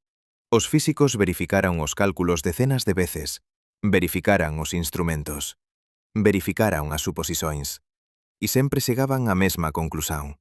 Algo estaba errado con a nosa comprensión de como a gravidade se propaga a través do espazo curvo. Non moito errado. A relatividade xeral aínda funcionaba perfeitamente para prever as órbitas dos planetas, o comportamento dos buracos negros, a expansión do universo. Mas había unha discrepancia subtil. Unha diferenza pequena demais para ser detectada con tecnoloxía antiga, mas grande demais para ser ignorada agora que tiñamos detectores gravitacionais. E esta non foi a única anomalía. En 2018, o Telescopio Espacial Planck terminou o mapeamento máis detallado de sempre da radiación cósmica de fundo. E os dados mostraron algo extraño. Había padróns na radiación que non deberían estar lá. Flutuacións en escalas angulares específicas que as simulacións de computador non conseguían reproducir. Non importaba cuántas veces axustasen os parámetros do modelo cosmolóxico padrón. Non importaba cuán sofisticadas fosen as simulacións. Os padróns persistían, teimosos, inexplicáveis. A principio os cosmólogos asumiron que era ruído instrumental, ou un artefacto do procesamento de dados, mas depois o telescopio Atacama Cosmology confirmou os mesmos padróns. E depois o South Pole Telescope, e depois o Simons Observatory. Todos viron a mesma coisa. Había estrutura na radiación cósmica de fundo que o modelo padrón non prevía. Estrutura que suxería que o universo primitivo non era tan simples cuanto pensábamos. Que había procesos acontecendo nos primeiros momentos após o Big Bang que aínda non compreendemos. E entón veio o verdadeiro xoque. En 2022, unha equipa de físicos en Ginebra realizou unha versión mellorada da experiencia de escolla retardada cuántica. Mas desta vez non usaron fotóns. Usaron moléculas. Moléculas grandes. Cadeias de máis de 2000 átomos. Obxectos que están na fronteira entre o mundo cuántico e o mundo clásico. Objetos que, segundo todas as expectativas, deveriam comportar-se classicamente. Deveriam ter trajetórias definidas. Deveriam obedecer às regras do senso comum. Mas não obedeceram. As moléculas mostraram interferência. Comportaram-se como ondas. E quando os físicos introduciram a escolha retardada, quando decidiram medir o caminho apenas depois da molécula ter passado pelo aparelho, o resultado foi o mesmo que con fotóns. A decisão presente afectou retroactivamente o comportamento pasado. Moléculas de 2000 átomos. Obxectos quase visíveis ao microscopio. E aínda asín, comportamento cuántico puro. Superposición. Interferencia. Colapso retroactivo da función de onda. Isto destruiu a esperanza de que habería unha fronteira clara entre o cuántico e o clásico. Que obxectos suficientemente grandes escaparían á extrañeza cuántica, que a realidade macroscópica sería segura, determinista, independente do observador. Non há tal fronteira, ou, pelo menos, está moito máis lonxe do que alguén imaxinou. E isto levanta unha questão aterradora. Se moléculas de 2000 átomos poden estar en superposición, se poden interferir consigo propias, se poden ter o seu pasado afectado por medições futuras, entón onde é que isto para? Onde é que a mecánica cuántica deixa de aplicarse? A resposta honesta é: non sabemos. Tal vez nunca pare. Tal vez a mecánica cuántica se aplique a tudo. Até a ti. Até ao teu cerebro. Até a túa consciencia. E se iso for verdade, entón tú estás en superposición. Non apenas as partículas no teu cerebro. Tú. A túa experiencia consciente. Os teus pensamentos. As túas memorias. Tudo en superposición até ser observado. Mas observado por quen? Por ti propio? Iso cría un loop extraño. A túa consciencia colapsa a túa propia función de onda. Observaste a ti propio. E esa autoobservación cría a realidade da túa experiencia. Ou talvez non. Talvez a interpretación de moitos mundos esteja correta, e tú non estás en superposición. Estás a ramificar constantemente. Cada decisão, cada pensamento, cada medição cuántica no teu cerebro cría unha nova versão de ti. E todas esas versões são igualmente reais. Todas experienciam unha realidade diferente, e non há forma de comunicar entre elas. Estás sozinho no teu ramo da función de onda universal, rodeado por infinitas versóns de ti propio que nunca coñecerás. Mas há algo aínda máis perturbador nos dados recentes, algo que os físicos están relutantes en discutir públicamente porque soa demasiado a ficción científica. Mas os números estaula.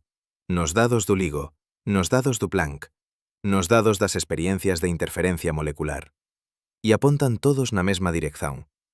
As leis da física poden non ser constantes. Isto non é unha afirmación louca, é unha posibilidade seria considerada por físicos serios. A ideia é simples. As constantes fundamentais da natureza, coisas como a velocidade da luz, a constante de Planck, a constante gravitacional, poden non ser realmente constantes. Poden variar lixeiramente co tempo, ou coa posición no espazo, ou coa densidade de enerxía. E se variaren, entón as leis da física que derivamos desas constantes tamén varían. Há evidencia tentativa para isto, moito tentativa, demasiado tentativa para conclusóns definitivas, mas está lá. Medições da constante de estrutura fina en quasares distantes suseren que pode ter sido lixeiramente diferente a 1000 millóns de anos. Medições da razão entre a masa do protón e a masa do electrón en nubens moleculares distantes suseren variación. E medições precisas da constante gravitacional en laboratorio mostran flutuações que non conseguimos explicar. Cada unha destas medições ten barras de erro grandes. Cada unha pode ser explicada por erros sistemáticos, mas cando as juntas todas, cando ollas para o padrón xeral, há un sinal fraco mas persistente. As constantes poden non ser constantes. E se non son, entón tudo muda. Porque as leis da física que coñecemos son derivadas asumindo que as constantes son constantes. Se esa suposición está errada, entón as leis están incompletas. Son aproximações válidas no noso canto do universo, no noso momento do tempo, mas non son verdades universais. E isto lévanos a unha posibilidade aínda máis radical. Tal vez as leis da física sexan emerxentes. Tal vez non sexan fundamentais. Tal vez surxan de algo máis profundo, algo que aínda non compreendemos. E ese algo máis profundo pode non ter leis no sentido tradicional. Pode ser pura aleatoriedade cuántica, pura posibilidade. E as leis que observamos emerxen desa aleatoriedade a través de procesos estatísticos, da mesma forma que a termodinámica emerxe do comportamento caótico de moléculas individuais. Esta é a idea defendida por algúns físicos teóricos. Argumentan que as leis da física son como as leis da termodinámica. Non son absolutas, son estatísticas. Describen o comportamento medio de un número enorme de graus de liberdade cuánticos. E en situacións extremas, como perto de singularidades de buracos negros ou no Big Bang, onde o número de graus de liberdade é pequeno, as leis poden quebrar. Poden deixar de aplicarse. Poden ser substituídas por pura aleatoriedade. Se isto for verdade, entón há un limite para o que a física pode explicar. Há preguntas que nunca terán respostas, non porque sexan demasiado difíceis, mas porque non há resposta. Porque ao nivel máis fundamental, o universo é aleatorio. Non há razón para as leis seren como son. Non há razón para as constantes teren os valores que teen. Simplesmente aconteceu asín. E podía ter acontecido de forma diferente. E noutros universos, noutros ramos da función de onda, aconteceu de forma diferente. Isto é profundamente insatisfactorio para moitos físicos. Pasaron as súas vidas a procurar explicacións, a procurar razóns, a procurar orden no caos. E agora confrontan a posibilidade de que, a un nivel máis profundo, non há orden. Há apenas acaso. Há apenas posibilidade colapsando en actualidade a través de procesos que son fundamentalmente aleatorios. Mas tal vez haxa outra forma de ollar para isto. Tal vez a aleatoriedade non sexa ausencia de orden. Tal vez sexa unha orden de tipo diferente. Unha orden que non podemos capturar con ecuacións deterministas. Unha orden que requer unha nova linguaxe en matemática. Unha nova forma de pensar sobre causalidade e explicación. E aquí está onde a física encontra os seus limites. Non os limites da tecnoloxía, non os limites do financiamento ou do tempo, mas os limites conceptuais. Os limites do que podemos compreender con as ferramentas mentais que temos. Evoluímos para compreender obxetos de tamaño medio movéndose a velocidades medias. Non evoluímos para compreender superposicións cuánticas ou xeometrías de 10 dimensóns ou universos ramificando infinitamente. E tal vez nunca posamos compreender verdadeiramente. Tal vez posamos apenas calcular, facer previsóns, construir modelos matemáticos que funcionan sen comprender por qué. Isto non é derrotismo, é realismo. É recoñecer que há limites para o coñecimento humano. Non limites prácticos, limites fundamentais, limites impostos pela estrutura da nosa cognición, pela forma como os nosos cerebros procesan información, pela linguaxe en que usamos para descrever a realidade. E tal vez o maior limite sexa este. Non podemos sair da realidade para ollar para ela de fora. Estamos sempre dentro, sempre entrelazados, sempre parte do sistema que tentamos comprender. E iso significa que cualquier descrición que facemos da realidade é necesariamente incompleta. Porque a descrición non inclui o descritor. O mapa non inclui o cartógrafo.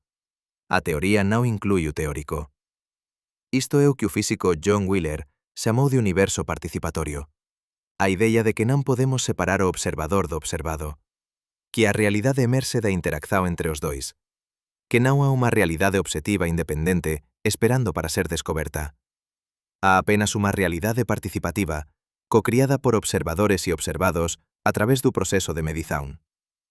E se isto for verdade, entón a física nunca será completa. Nunca teremos unha teoría final, porque cualquier teoría final tería de incluir o teórico. Tería de explicar a consciencia. Tería de explicar como observadores emerxen de un universo cuántico. E iso pode ser imposível. Non porque sexa demasiado difícil, mas porque é lóxicamente incoherente. Porque estás a tentar usar a consciencia para explicar a consciencia. Estás a tentar usar a observación para explicar a observación. É un loop extraño que pode non ter solución. Mas mesmo que non posamos ter unha teoría final, mesmo que haxa limites fundamentais para o coñecimento, aínda podemos facer progreso. Aínda podemos descubrir coisas novas. Aínda podemos empujar os limites do que sabemos. E cada vez que empujamos eses limites, descubrimos que a realidade é máis extraña do que pensábamos. Máis rica. Máis complexa. Máis bela. E talvez sexa iso que a física realmente é. Non unha busca por certeza, mas unha exploración da estrañeza. Unha xornada para o descoñecido. Unha tentativa de compreender o incompreensível. E cada paso nesa jornada revela novos misterios, novas preguntas, novos horizontes. Os dados do LIGO non resolveron o misterio da gravidade cuántica. Tornaron-no máis profundo. Os dados do Planck non explicaron o Big Bang. Mostraron que há estrutura no universo primitivo que non compreendemos. As experiências de interferência molecular não esclareceram a fronteira entre quântico e clássico. Mostraram que essa fronteira pode não existir. E isto é o padrão. Cada avanço tecnológico, cada novo instrumento, cada medição mais precisa, não simplifica a imagem, complica-a. Revela novos níveis de complexidade, novas camadas de estranheza, e força-nos a rever as nossas suposições mais básicas sobre como a realidade funciona. Então o que aprendemos?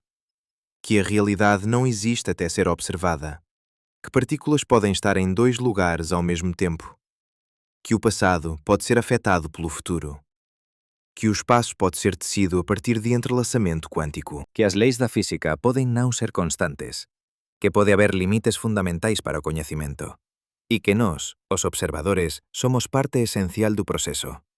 Non espectadores pasivos, mas participantes activos, co-criadores da realidade. E isto non é filosofía vaga, é o que os dados dicen, é o que as ecuações prevén, é o que as experiencias confirman, repetidamente, consistentemente, sen excepción. Entón, da próxima vez que ollares para o mundo a túa volta, lémbrate. O que ves non é a realidade como ela é. É a realidade como aparece a un observador con os teus sentidos, con o teu cérebro, con a túa perspectiva.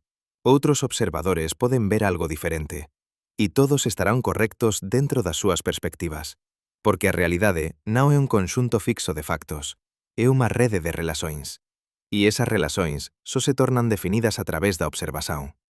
Tú és o observador, e a realidade que experiencias é en parte criada por ti, non a través de pensamento máxico, non a través de visualización ou intenzón, mas a través do simples acto de observar, de medir, de interagir co mundo. Cada interacción colapsa posibilidades en actualidades. Cada medición transforma o indefinido en definido. Cada observación cría un fragmento de realidade. E cando xuntas todos eses fragmentos, de todos os observadores, de todas as medições, de todas as interaccións, obtens o universo. Non un universo que existe independentemente, mas un universo participativo. Un universo que emerxe da danza entre observadores e observados, entre posibilidade e actualidade, entre o cuántico e o clásico. Este é o universo que a física moderna revela. E é moito máis extraño, moito máis maravilloso, moito máis misterioso do que cualquer un imaginou a 100 anos, cando a mecánica cuántica nasceu. E a cada década que pasa, con cada novo instrumento, con cada nova descoberta, fica máis extraño aínda. Porque estamos apenas a comezar a arrañar a superficie. Apenas a comezar a comprender as implicacións da mecánica cuántica.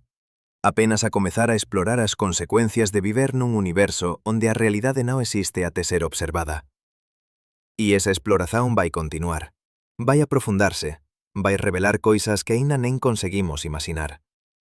Mas unha coisa é certa, nunca voltaremos á visão inxenua de que a realidade é simplesmente o que parece ser, que existe independentemente de nós, que está lá fora, esperando para ser descoberta. Esa visão está morta e enterrada sob unha montaña de dados experimentais, sob décadas de confirmacións da mecánica cuántica, sob a evidencia esmagadora de que a observación importa, de que o observador é parte da realidade, de que non podes separar o mapa do territorio, porque o acto de facer o mapa muda o territorio. E isto é simultaneamente libertador e aterrorizante. Libertador porque significa que non somos apenas espectadores pasivos nun universo mecánico. Somos participantes, temos un papel, importamos. Aterrorizante porque significa que non haxa un sólido sobre os nosos pés. Non há certeza absoluta, non há factos independentes do observador. Tudo é relativo, tudo é contextual, tudo depende da perspectiva. E tal vez sexa iso que a realidade realmente é. Non un conxunto de factos obxectivos, mas unha tapesaría de perspectivas. Cada observador ve un fío.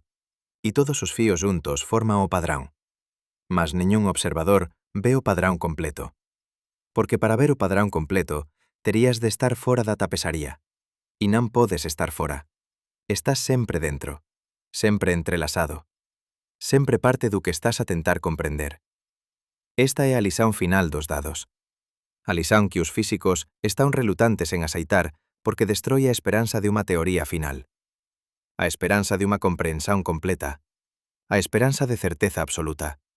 Mas os dados non menten e dicen claramente: a realidade é participativa, é relacional, é dependente do observador. E cualquier tentativa de a descrever de forma completa e obxectiva está condenada ao fracaso.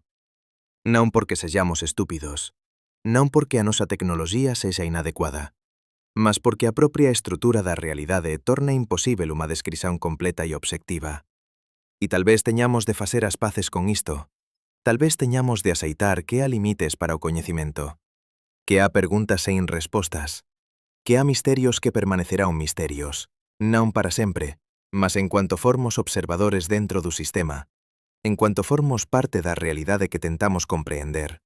E isto non é o fin da física, é o comezo de unha nova física, unha física que recoñece o papel do observador, que incorpora a consciencia nas súas ecuações, que trata a realidade como participativa en vez de obxectiva, unha física que é simultaneamente máis humilde e máis ambiciosa. Máis humilde porque recoñece limites, máis ambiciosa porque tenta compreender non apenas o universo, mas tamén o noso lugar nele. Esta é a física do século XXI, e está apenas a comezar. Os dados que temos agora son apenas o preludio. Os próximos detectores gravitacionais serán 1000 veces máis sensíveis.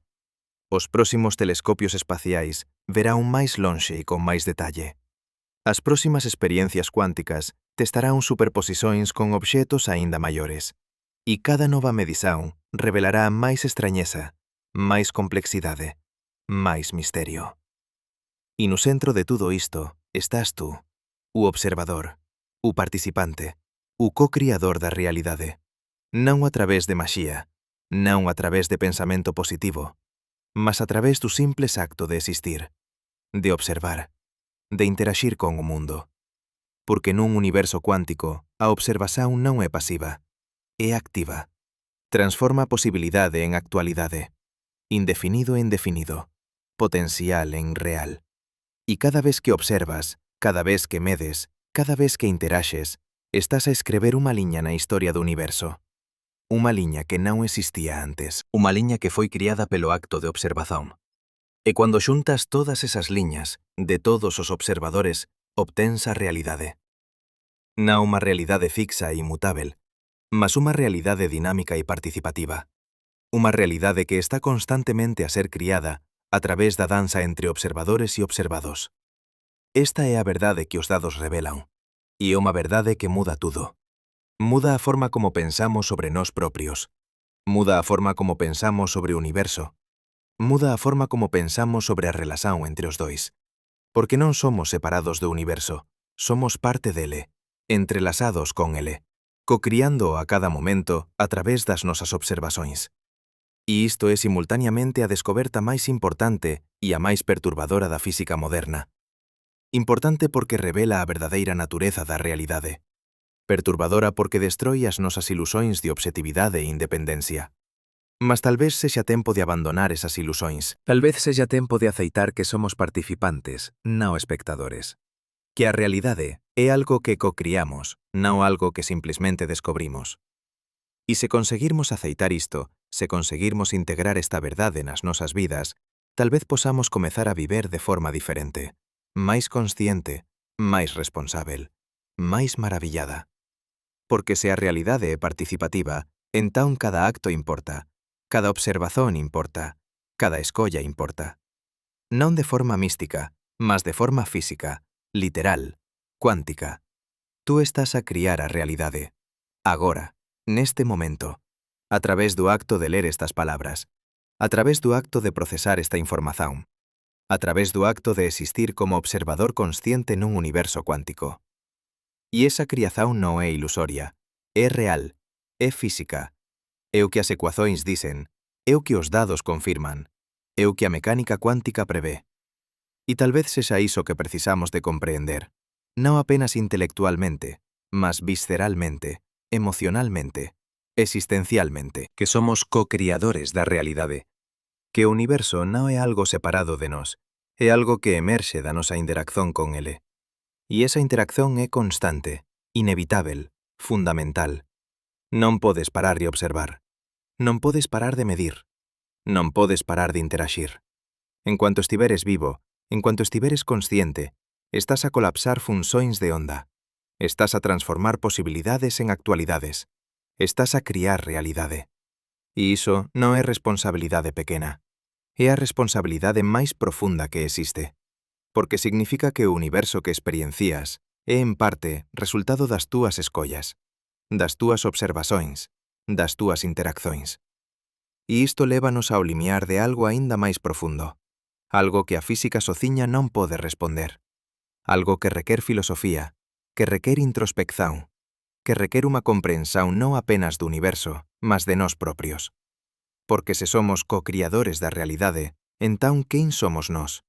O que é a consciencia? Como emerxe de procesos cuánticos? E qual é o seu papel na estrutura fundamental do universo? Estas son as preguntas que os dados nos forzan a facer. Preguntas que non teñen respostas fáceis. Preguntas que poden non ter respostas de todo. Mas son as preguntas certas. Son as preguntas que importan. E son as preguntas que definirán a próxima era da física. Unha era onde a liña entre física e filosofía se torna cada vez máis tenue. Onde a ciencia encontra a consciencia. Onde o obxectivo encontra o subxectivo. Onde o universo encontra o observador. E nesa fronteira, nese espazo entre o coñecido e o descoñecido, entre o certo e o misterioso, é onde a verdadeira descoberta acontece. Non a descoberta de factos, mas a descoberta de posibilidades, de novas formas de pensar, de novas formas de ser, de novas formas de participar na criación continua da realidade. E nesa fronteira, nese espazo entre o coñecido e o descoñecido, entre o certo e o misterioso, é onde a verdadeira descoberta acontece. Mas agora precisamos de ser honestos, brutalmente honestos. Porque depois de tudo o que exploramos, depois de todas as experiências, depois de todas as equações, depois de todas as interpretações, há algo que precisamos de admitir. Não sabemos. Não sabemos realmente o que é a realidade. Não sabemos como a observação colapsa a função de onda. Não sabemos se há colapso de todo. Não sabemos se existem muitos mundos ou um só. Não sabemos se o espaço é fundamental ou emergente. Não sabemos se o tempo é real ou ilusório. E isto não é falsa modéstia, não é retórica. É a verdade nua e crua da física moderna. Temos uma teoria que funciona perfeitamente. A mecânica quântica nunca falhou uma única previsão experimental em 100 anos. Nunca. É a teoria mais bem-sucedida da história da ciência. Prevê resultados com precisão de 15 casas decimais. Permite-nos construir computadores, lasers, resonancias magnéticas, painéis solares. Mas non sabemos o que significa. Non sabemos o que está realmente a acontecer cando unha partícula está en superposición. Non sabemos o que é unha función de onda. Non sabemos se é real ou apenas unha ferramenta matemática. Non sabemos como o indefinido se torna definido. E cuanto máis profundamente investigamos, máis preguntas surxen. Considera a medición, o acto central de toda a mecánica cuántica, o momento onde a posibilidade se torna actualidade, onde o cuántico se torna clásico, onde a superposición colapsa. O que é exactamente unha medición? Parece unha pregunta simples, mas non é. Porque se defines medición como interacción con un aparello macroscópico, entón tens de explicar o que torna un aparello macroscópico especial. Quantos átomos son necesarios? 1000? 1.000.000? 1000 millóns? Há un número máxico onde o cuántico se torna clásico, unha fronteira nítida entre superposición e definición. Ninguén sabe. As experiencias máis recentes criaron superposicións con moléculas de máis de 2000 átomos. E aínda se comportan cuánticamente. Aínda mostran interferencia. Aínda existen en múltiplos estados simultaneamente. Entón, onde está a fronteira? Tal vez non exista. Tal vez o clásico sexa apenas unha ilusión criada pela decoherencia. Tal vez tudo sexa cuántico, sempre, e o que percebes como definido sexa apenas unha perspectiva local dentro de unha superposición global. Mas entón voltamos ao problema da interpretación, e non a consenso. Físicos igualmente brillantes, con acceso aos mesmos dados, chegan a conclusións radicalmente diferentes sobre o que a mecánica cuántica significa. Algúns dicen que há colapso real. Outros dicen que non há colapso, apenas ramificación. Outros dicen que non há nen colapso nen ramificación, apenas relações. E todos poden construir modelos matemáticos consistentes. Todos poden facer as mesmas previsões. Todos poden explicar os mesmos dados. Entón, como escolles? Como decides cual interpretación é verdadeira? A resposta honesta é non podes. Non cos dados actuais. Tal vez nunca. Porque as interpretacións diferen precisamente nas coisas que non podemos medir. Diferen no que acontece cando non estamos a observar. Diferen na estrutura da realidade non observada. E por definición, non podes observar a realidade non observada. Non podes medir o que acontece cando non estás a medir. É un límite fundamental, non tecnolóxico, conceptual.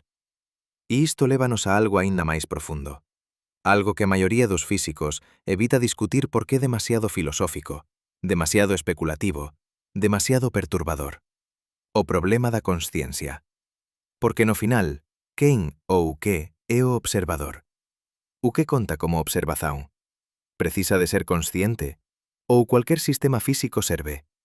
Se colocas un detector automático que resista o camiño do fotón, mas ninguén olla para o resultado, houve observación? A función de onda colapsou? A maioría dos físicos dis que sin, que a consciencia é irrelevante, que o detector é suficiente, que a de coherencia con o ambiente é o que importa. Mas entón ten o problema da cadella infinita. O detector está entrelazado con o fotón. O ambiente está entrelazado con o detector. Tú estás entrelazado con o ambiente. Onde é que a cadella termina? Onde é que a superposición colapsa? Algúns físicos, como Eugene Wigner, argumentaron que eso colapsa cando unha consciencia observa. Que sen consciencia, tudo permanece en superposición indefinidamente. Mas isto levanta questões imposíveis. Os animais ten consciencia suficiente para colapsar funzóns de onda? E as bacterias? E os virus? Onde trazas a liña? E se a consciencia é necesaria, como é que o universo existiu antes de haber consciencias?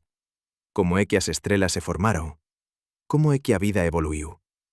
Tal vez a consciencia sexa máis fundamental do que pensamos. Tal vez non sexa un produto tardío da evolución, mas unha característica básica da realidade. Tal vez cada sistema cuántico teña algunha forma primitiva de experiencia, de perspectiva, de interioridade. Esta é a idea do panpsiquismo. E algúns físicos lévauna a serio. Non porque haxa evidencia directa, mas porque resolve certos paradoxos. Se tudo teña algún grau de consciencia, entón tudo pode ser observador. Tudo pode colapsar funzóns de onda. Mas isto é especulación. Non a forma de testar. Non a forma de saber se un electrón ten experiencia subxectiva. Non a forma de medir a consciencia de unha partícula, e tal vez nunca haxa, porque tal vez a consciencia sexa precisamente aquilo que non pode ser medido obxectivamente. Tal vez sexa a perspectiva de primeira persoa que torna a medición posíbel. Tal vez sexa o ponto de vista que nunca pode ser completamente capturado nunha descrición de terceira persoa. E se isto for verdade, entón há un limite fundamental para a física. Un limite non tecnolóxico, mas conceptual. Un limite que vén da propia estrutura da realidade. Porque se a realidade é participativa, se depende do observador, entón nunca podes ter unha descrición completa que non inclúa o observador.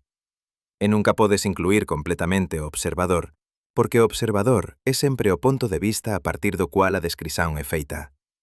É como tentar ver os teus propios ollos sen espello. Podes ver a través deles, mas non podes velos directamente. Porque xa un instrumento da visão. Da mesma forma, podes usar a consciencia para observar o mundo, mas non podes observar completamente a consciencia, porque é o instrumento da observación. E isto significa que há preguntas que a física nunca responderá. Non porque sexamos estúpidos, non porque a nosa tecnoloxía sexa inadecuada, mas porque as preguntas están fora do dominio da física. Preguntas como: o que é a experiencia subxectiva? Por que há algo en vez de nada? Qual é o significado da existencia? Estas non son preguntas científicas. Son preguntas filosóficas. E a física pode informalas, pode restringilas, pode eliminar certas respostas. Mas non pode respondelas completamente. E tal vez teñamos de aceitar isto. Tal vez teñamos de aceitar que há limites para o coñecemento científico, que há misterios que permanecerán misterios, que há preguntas sen respostas. Mas isto non é derrota, é humildade. É recoñecer que somos parte do universo que tentamos compreender, que non podemos sair dele para o ver obxectivamente, que estamos sempre dentro, sempre entrelazados, sempre participando. E tal vez sexa precisamente isto que torna a existencia significativa. Non a certeza, mas o misterio. Non as respostas, mas as preguntas. Porque se soubésemos tudo, se compreendésemos completamente, se non houbese máis nada para descobrir, o que restaría?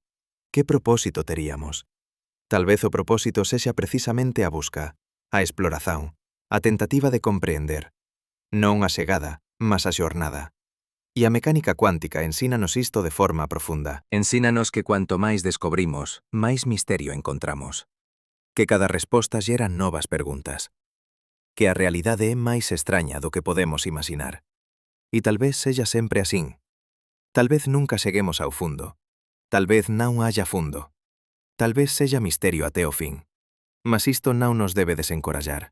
Debe inspirarnos. Porque significa que há sempre máis para descobrir. Sempre máis para explorar. Sempre máis para maravillar. Pensa no que descobrimos nos últimos 100 anos. Que a realidade é cuántica. Que partículas poden estar en múltiplos lugares. Que a observación afecta ao observado. Que o espazo pode ser entrelazado. Que o tempo pode non ser fundamental. Coisas que ninguén imaginaba en 1920. Coisas que parecerían maxía para os físicos clásicos. Coisas que aínda parecen maxía para nós. E o que descobriremos nos próximos 100 anos? Nos próximos 1000 anos? Tal vez descubramos que a consciencia é fundamental. Que o universo é unha mente xigante. Que somos pensamentos nesa mente. Tal vez descubramos que há dimensóns extra, que o noso universo é unha membrana flutuando nun espazo de dimensión superior. Que há infinitos universos paralelos. Tal vez descubramos que o tempo é unha ilusión, que tudo já aconteceu, que o pasado e o futuro coexisten eternamente nunha estrutura atemporal. Ou tal vez descubramos algo completamente diferente, algo que nem conseguimos imaginar agora, algo que mudará tudo o que pensamos saber. Porque é iso que a historia da física nos ensina, que as maiores descobertas son sempre as que non esperábamos, as que ven de direzóns completamente inesperadas, as que forzaunos a repensar tudo. E a mecánica cuántica foi unha desas descobertas.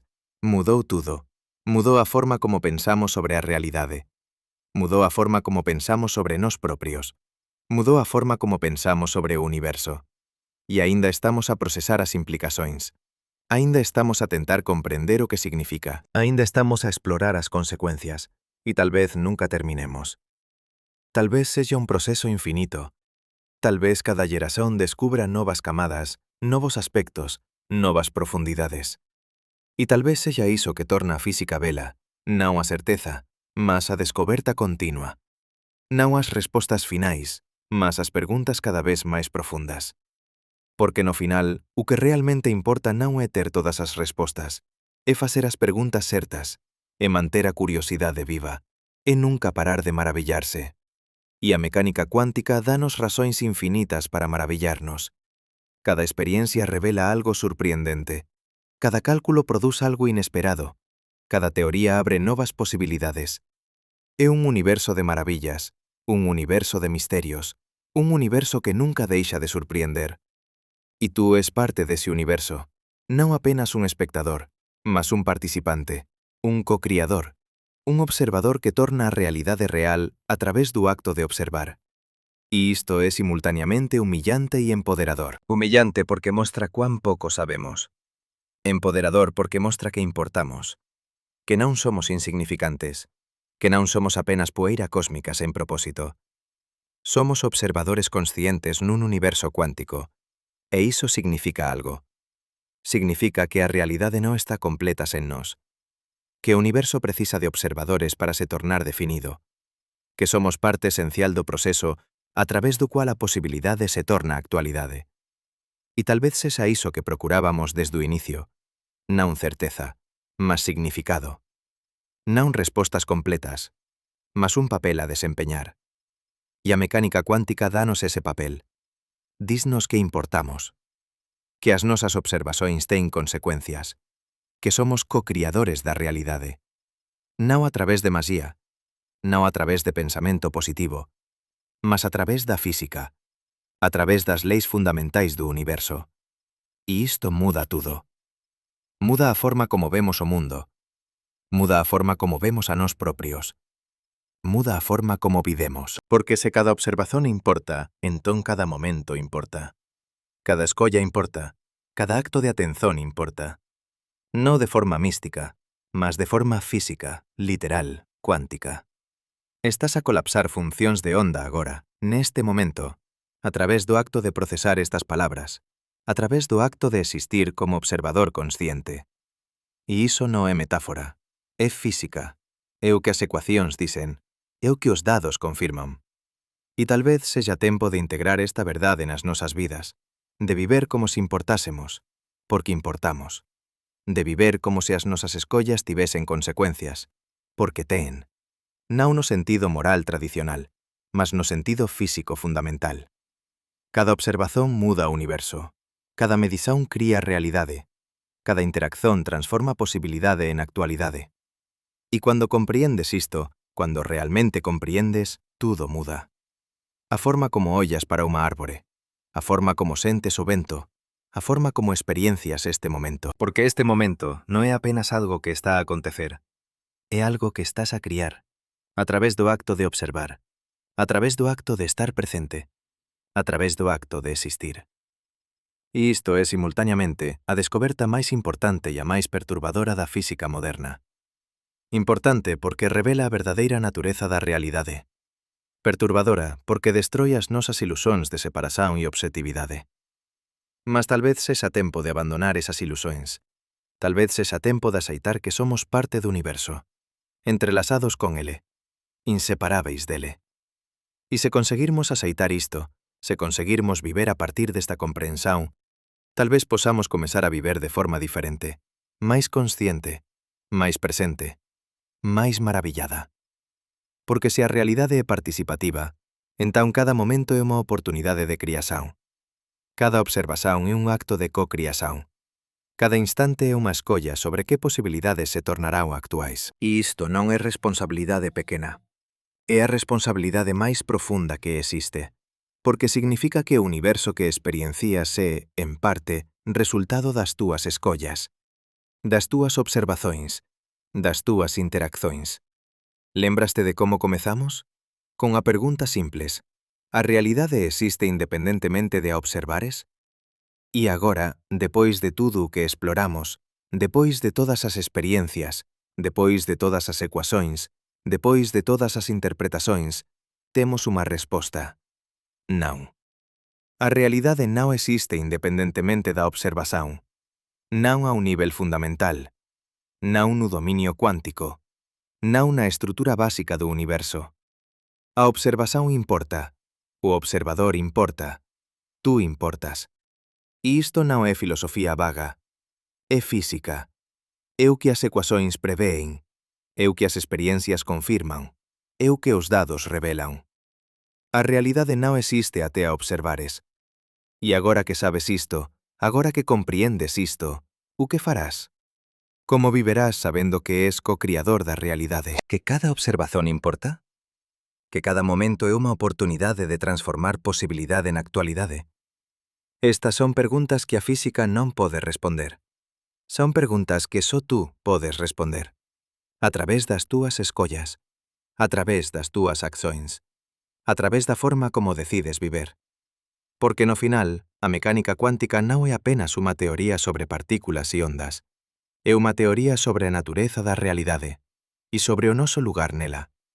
E ese lugar non é de espectador pasivo, é de participante activo, de co-criador, de observador que torna o posíbel real a través do simples acto de observar.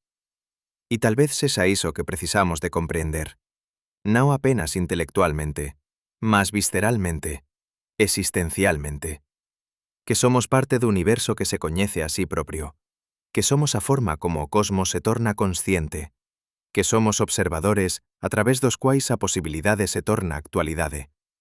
E isto é simultaneamente humillante e glorioso. Humillante porque mostra cuán pequenos somos. Glorioso porque mostra cuán importantes somos. Somos poeira de estrelas que se tornou consciente.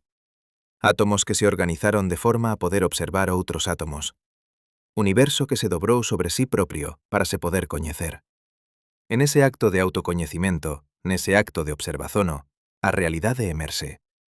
Non como algo fixo e inmutável, mas como algo dinámico e participativo. Algo que está constantemente a ser criado a través da danza entre observadores e observados. E tú es parte desa danza. Agora, neste momento. A través do acto de ler estas palabras. A través do acto de procesar esta información. A través do acto de existir como observador consciente nun universo cuántico.